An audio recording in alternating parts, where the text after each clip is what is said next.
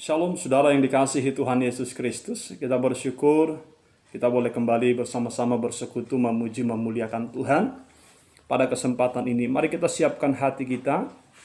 Kita berdoa secara pribadi, kita berdoa. Terpujilah Engkau Tuhan, Allah yang memberkati, menyertai, memelihara kehidupan kami.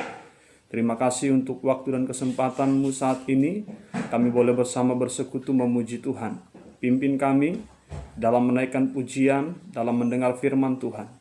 Kami serahkan waktu dan kesempatan ini ke dalam tangan-Mu. Di dalam nama Yesus kami berdoa. Amin.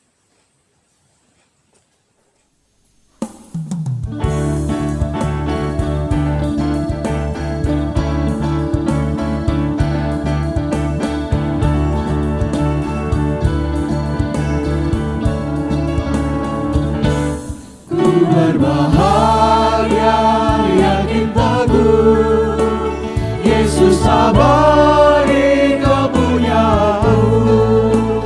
Aku warisnya, aku ditebus, ciptaan baru Roh Kudus. Aku bernyanyi bahagia, memuji Yesus selamanya. Aku bernyanyi bahagia, memuji Yesus selamanya.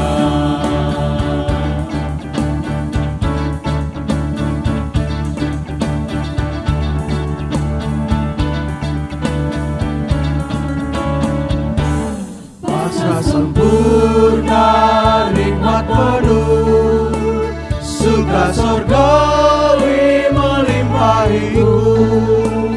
Lagu malaikat amat merdu, kasih dan rahmat besertaku. Aku bernyanyi bahagia, memuji Yesus selamanya. Aku bernyanyi bahagia, memuji Yesus selamanya. Aku bernyanyi bahagia, memuji Yesus selamanya. Aku bernyanyi bahagia, memuji Yesus selamanya.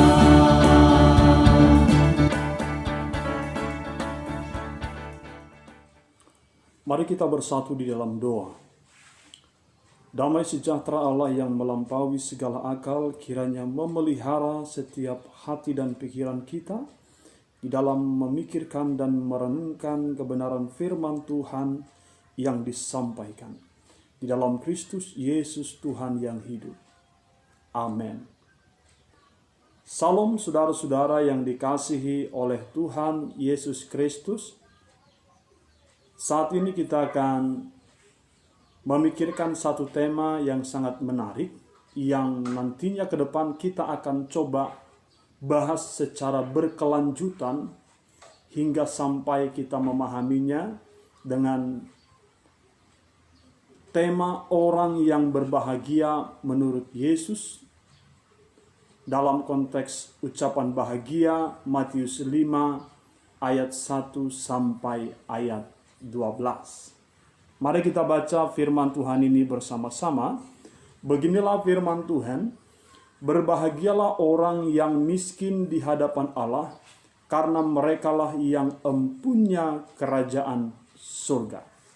Bapak Ibu yang terkasih dalam nama Tuhan Yesus Kristus, Lembaga Alkitab memberi judul besar bagi Matius pasal 5 ini dengan judul khotbah di bukit.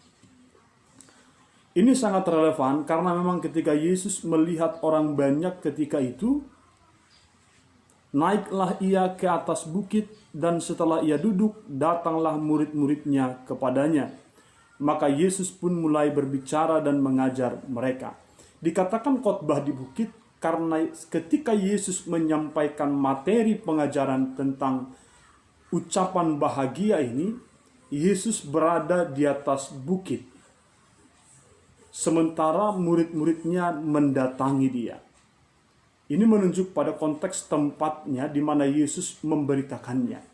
Nah, namun hal yang menarik, Bapak Ibu Saudara-saudara yang dikasihi oleh Tuhan, nats ini memberikan kita konsep pemahaman cara pandang yang baru tentang ucapan berbahagia.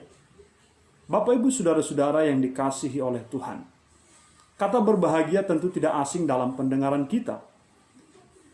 Momen berbahagia mungkin pernah kita lewati, kita alami dalam kehidupan kita. Seperti beberapa gambar berikut ini.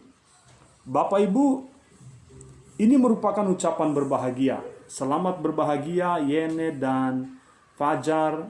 Ingat janjimu di waktu di kayu pohon manis dari mantan terindah. Gitu ya. Ini salah satu contoh, bahkan mungkin yang lain kita bisa lihat. Ini ucapan berbahagia versi anak zaman now, gitu ya. Dari aku yang pernah seranjang denganmu, nikah mas, gitu ya. Ini ucapan berbahagia. Ada juga ucapan berbahagia, saudara-saudara, seperti pada gambar berikut. Happy wedding, Sidi dan Octavia. Semoga Koko bertanggung jawab atas kejadian malam itu. Gitu ya. Bahkan mungkin banyak versi-versi yang lain yang sebenarnya menggelitik tapi penuh makna dan arti dan sangat menarik gitu ya. Karena mengandung unsur kebenaran yang disampaikan dengan bahasa yang mungkin sedikit gurauan. Momen berbahagia, mungkin kita bisa melihat bagaimana gambaran orang yang berbahagia ya. Yang pertama, saya coba cuplikan foto berikut gitu ya. Apa yang ada di pikiran kita ketika melihat gambar ini? Ya, kira-kira yang lebih berbahagia yang mana? Yang laki-lakinya atau yang perempuannya? Kalau dari segi ekspresi, kelihatannya yang perempuan begitu berbahagia mendapatkan si pria. Tapi kenyataannya kita nggak tahu. Nah, gitu ya saudara ya. Nah, yang kedua saudara-saudara, cantik-cantik kucing dapur gitu ya. Betapa berbahagianya yang di tengah itu. Oke, mungkin dibanding face-nya kita lebih cakep, tapi keberuntungannya dia lebih beruntung, saudara. Nah, yang terakhir, ini momen berbahagia. Momen pernikahan kudus. Bagi setiap kita mungkin sudah pernah melewatinya. Ini momen berbahagia. Tidak ada orang mengalami momen ini tanpa ada senyum, tawa, canda ceria yang terpancar dari wajahnya. Tidak ada melewati momen ini dengan wajah jeruk purut. Tidak ada. Kalaupun ada mungkin karena kawin paksa. Ya, atau dia menikah dengan orang yang tidak dicinta. Tapi kita lihat ekspresinya. Ini disebut momen berbahagia. Saudara yang dikasihi oleh Tuhan Yesus Kristus, lalu kita masuk dalam materi kita. Ucapan bahagia yang dituliskan LAI dengan dalam judul Matius pasal yang kelima ini, bahagianya itu seperti apa? Apakah sama dengan ungkapan berbahagia, momen berbahagia yang sudah kita lihat tadi pada slide-slide sebelumnya? Saudara-saudara yang dikasihi oleh Tuhan, arti kata berbahagia, ini yang pertama yang mau kita bagikan kepada kita sekalian. Arti kata berbahagia. Kita sering dengar kata berbahagialah, berbahagialah, begitu ya. Apakah maksud dari berbahagia yang dikatakan Yesus dalam Matius pasal yang kelima ini sama dengan apa yang kita pikirkan? Arti kata berbahagia yang dimaksudkan di sini, Bapak Ibu Saudara-saudara, berbahagia dalam bahasa Yunani dipakai kata makarios. Dalam bahasa Ibrani dipakai kata eser. Ini arti kata dalam bahasa makarios dan eser.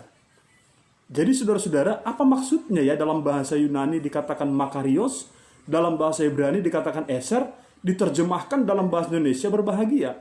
Maksud yang sebenarnya ketika bicara makarios dan bicara eser, kita bicara spiritual blessing. Berkat spiritual. Berkat rohani keberkatan secara rohani. Jadi tidak serta-merta wajah tersenyum, mulut menganga, ekspresi ceria, ini bicara tentang orang yang diberkati. Tidak serta-merta. Sebab makarios dan eser ini bicara spiritual blessing. Bicara tentang berkat rohani, berkat spiritual. Dan inilah yang Yesus bicarakan ketika ia bicara tentang ucapan berbahagia dalam khotbah di bukit.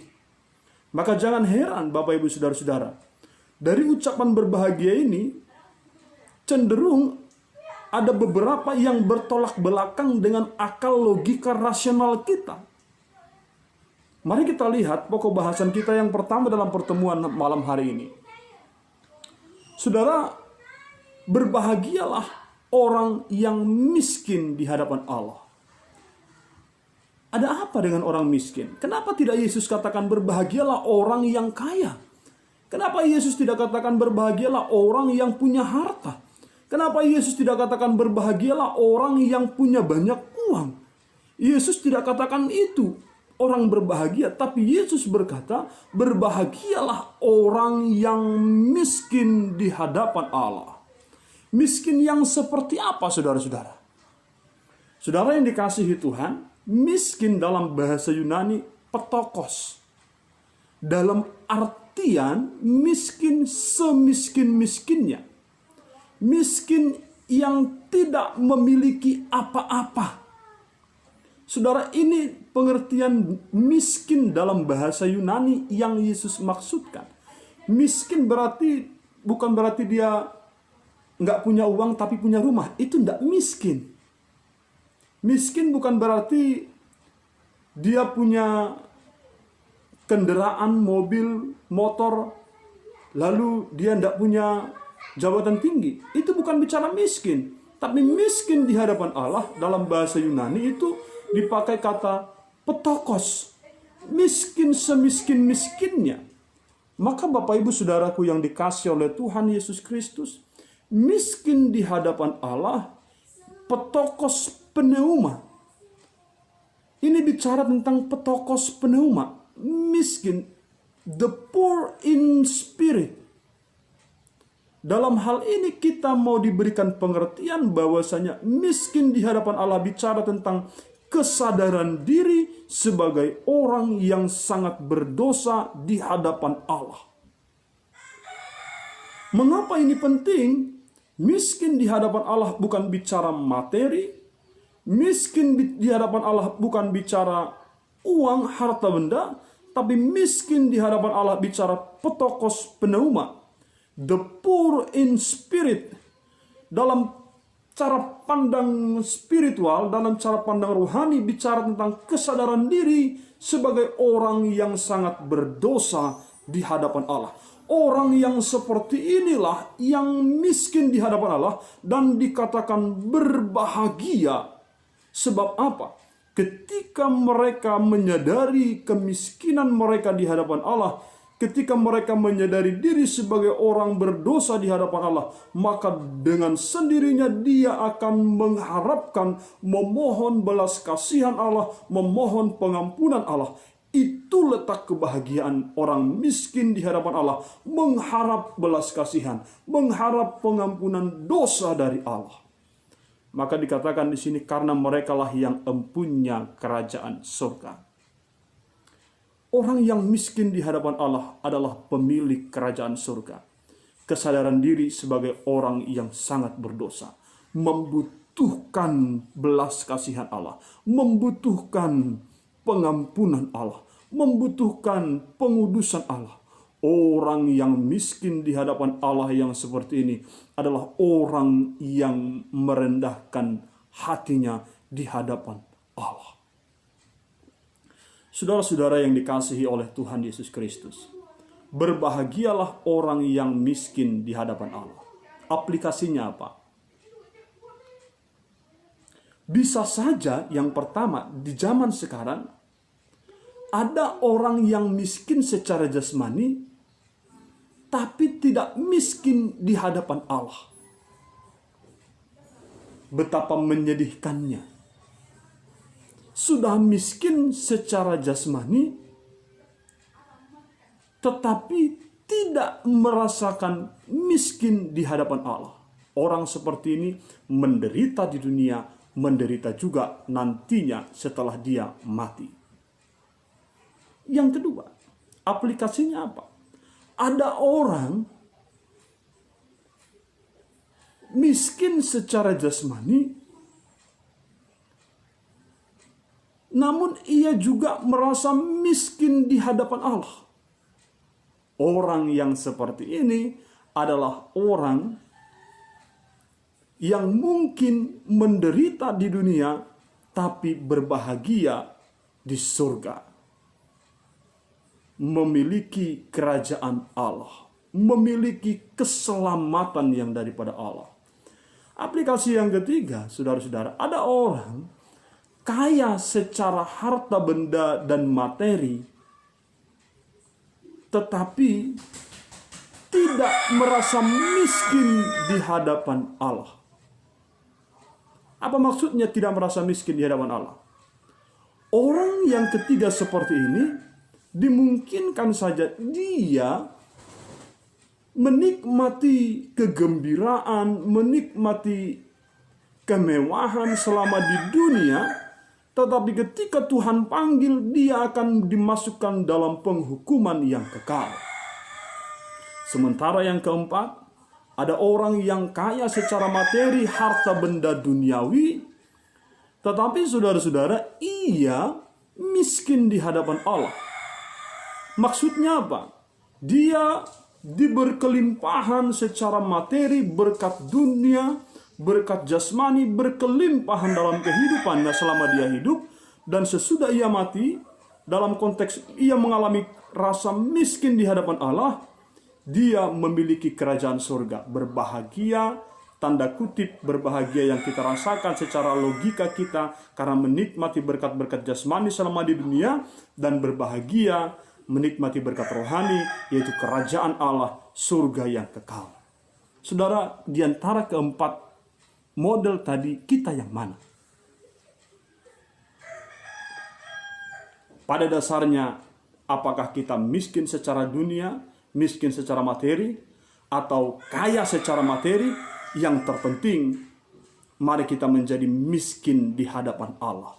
Dalam pengertian petokos pneuma, the poor in spirit, kesadaran diri sebagai orang yang sangat berdosa di hadapan Allah.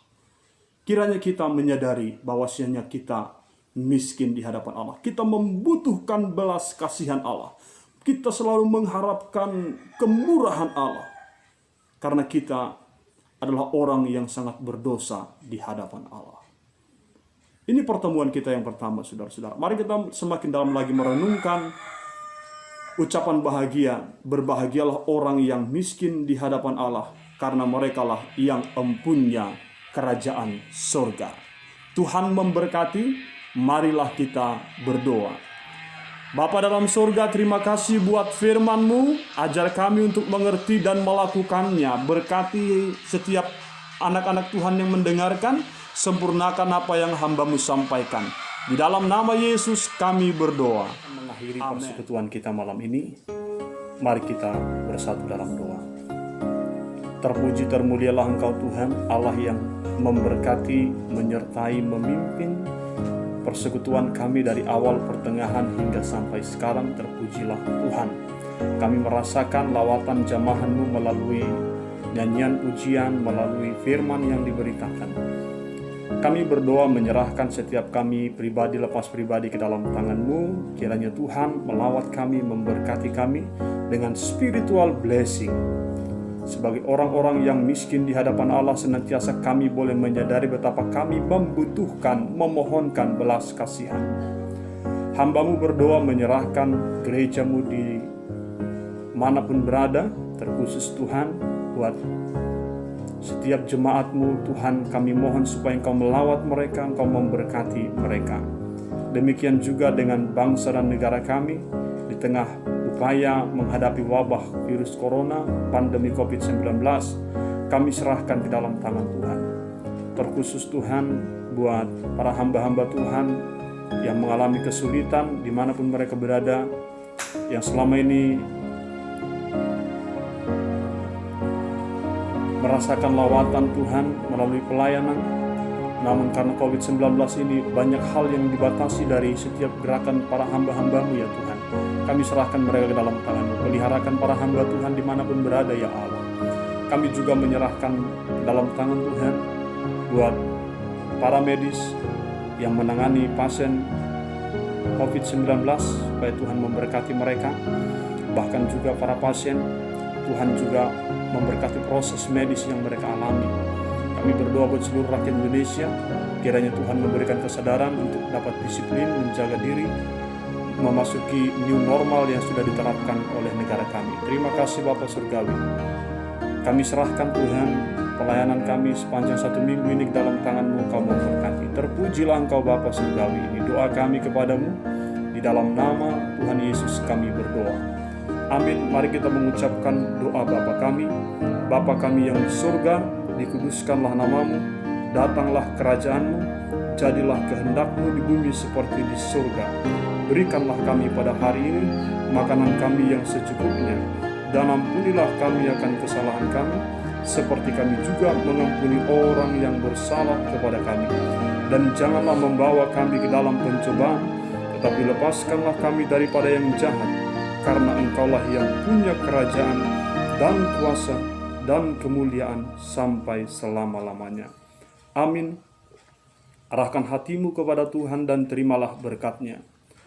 Anugerah Tuhan kita Yesus Kristus, kasih setia dari Allah Bapa, dan persekutuan di dalam Roh Kudus kiranya memberkati kehidupanmu sekalian mulai hari ini hingga Maranatha. Amin. Demikian persekutuan kita malam hari ini. Tuhan memberkati dan Shalom.